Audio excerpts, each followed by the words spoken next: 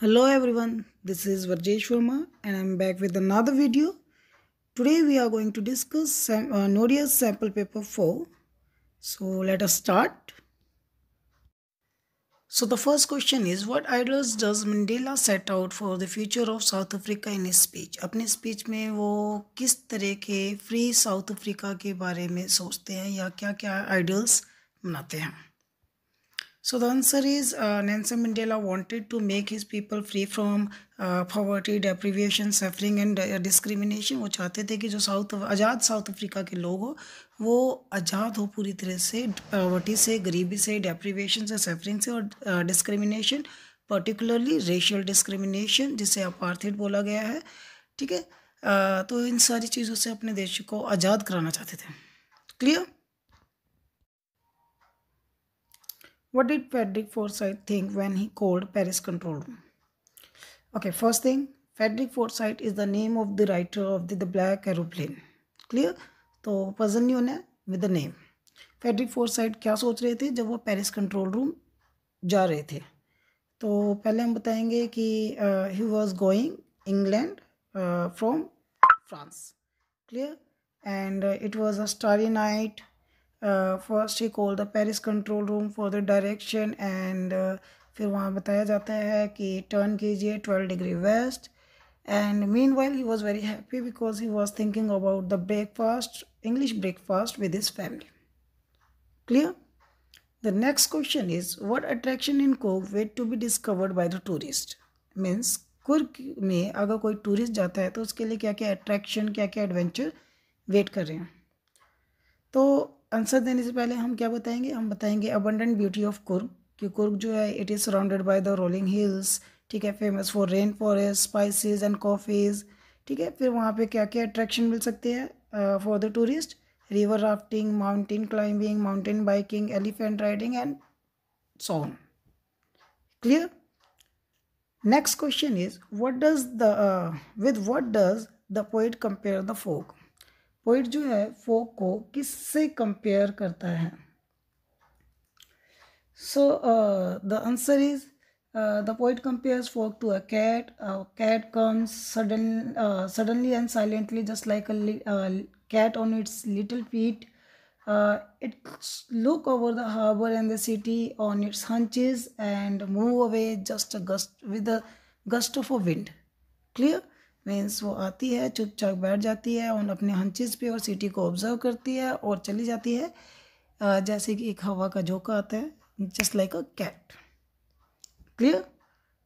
Okay, next question is, dust of snow is one of the Frost most loved poem. Elaborate why you think this is so.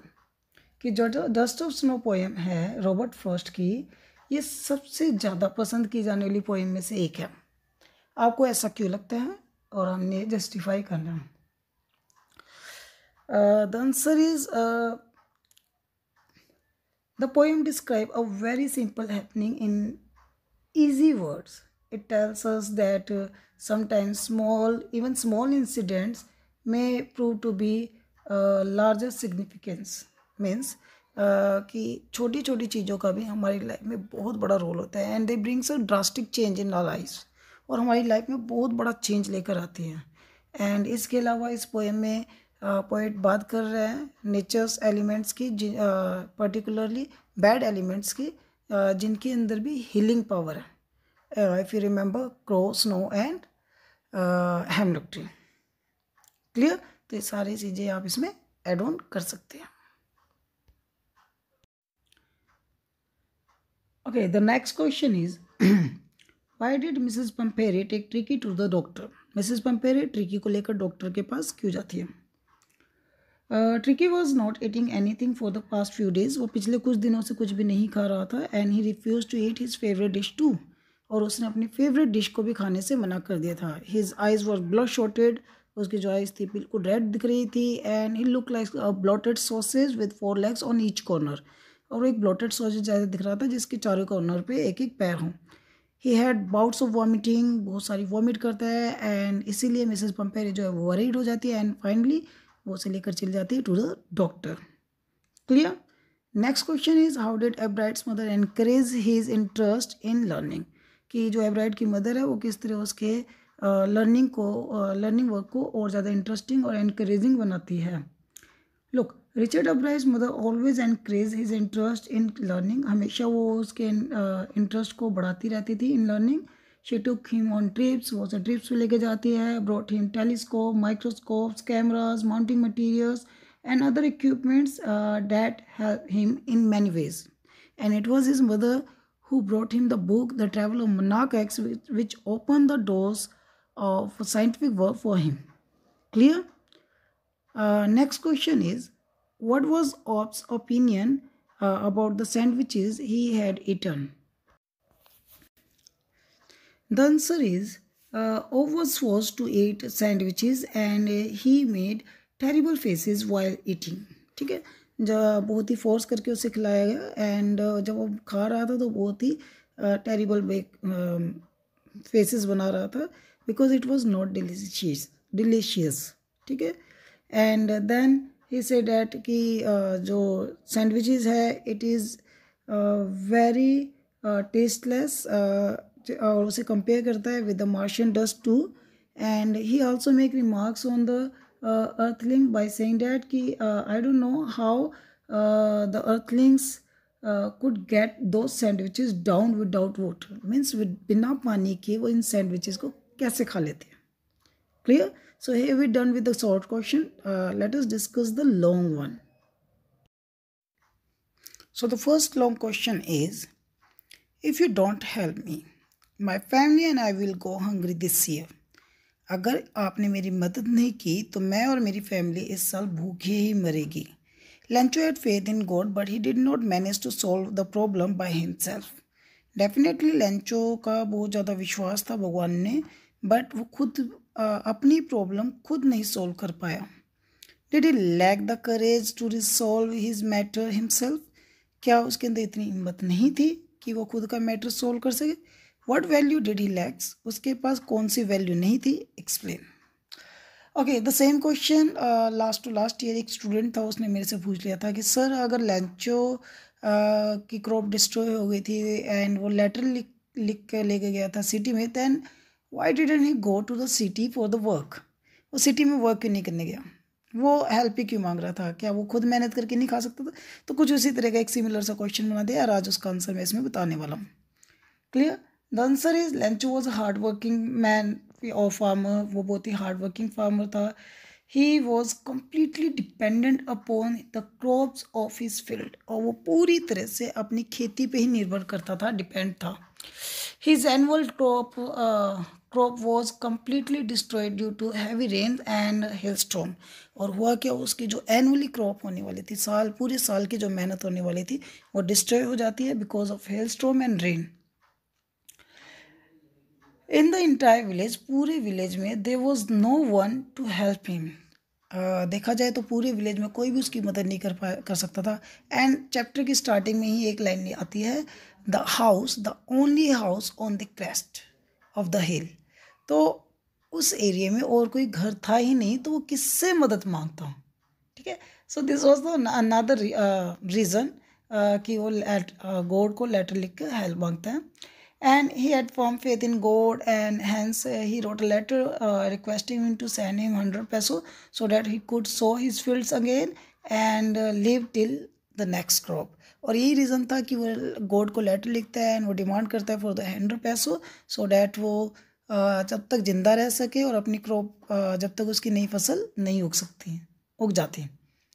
This act did not prove that he lacks courage to resolve his problem. और ऐसा नहीं है कि इसमें ये चीज़ दिखाई जा रही है कि उसमें इतनी हिम्मत ही नहीं थी कि वो अपनी प्रॉब्लम खुद सॉल्व कर सके, बट शोज दैट, पर ये दिखाती है कि ही did not have any option left for himself.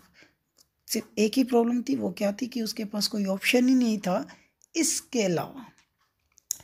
He had a firm faith in God, उसके पास सिर्फ एक ही ऑप्शन था and that was faith in God, and that's why he wrote the letter. He was an ox of a man, वो एक बहुत ही मेहनती इंसान था, बट लैक ऑफ मनी, लेकिन उसके पास पैसे नहीं था टू स्टैंड अगेन, कि वो दोबारा से खड़ा हो सके, that's why he wrote the letter. Clear? तो आई विश आपको समझ में आएगा ये long question. The next question is, being impressed by Custard's feat, the young seagull's sister wrote a letter to Custard seeking advice on addressing the situation with her young brother. Write Custard's response to this letter based the advice from his experience.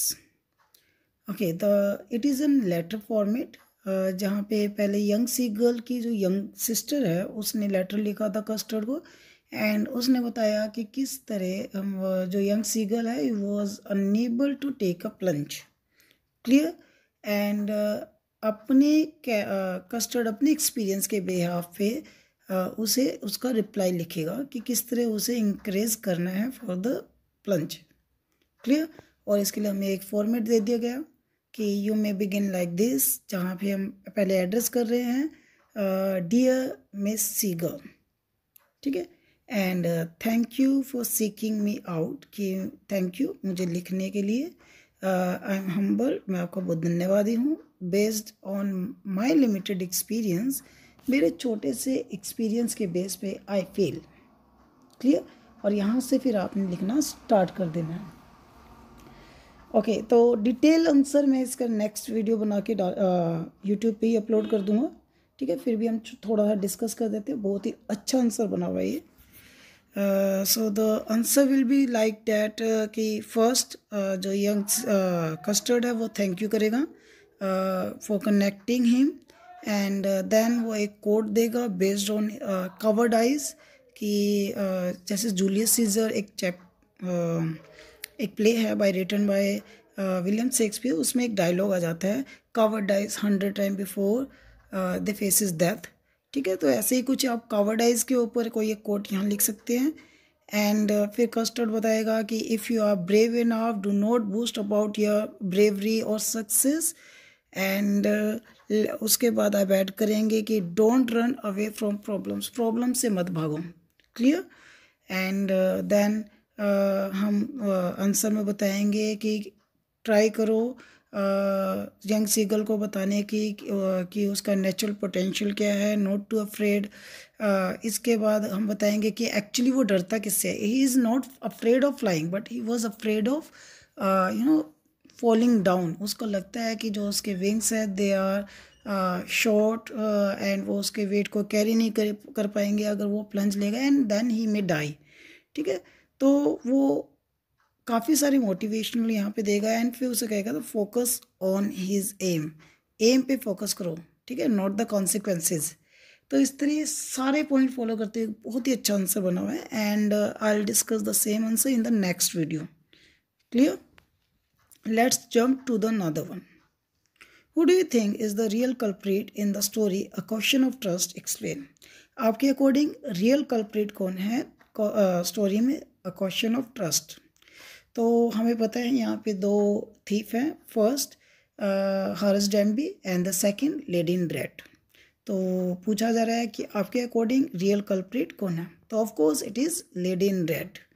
ठीक है, ये lady in red ही है जो main crime commit करती है। ठीक है, look, she innocently came and asked Horace Demby to open the safe for him since he forget the keys of the locks safe.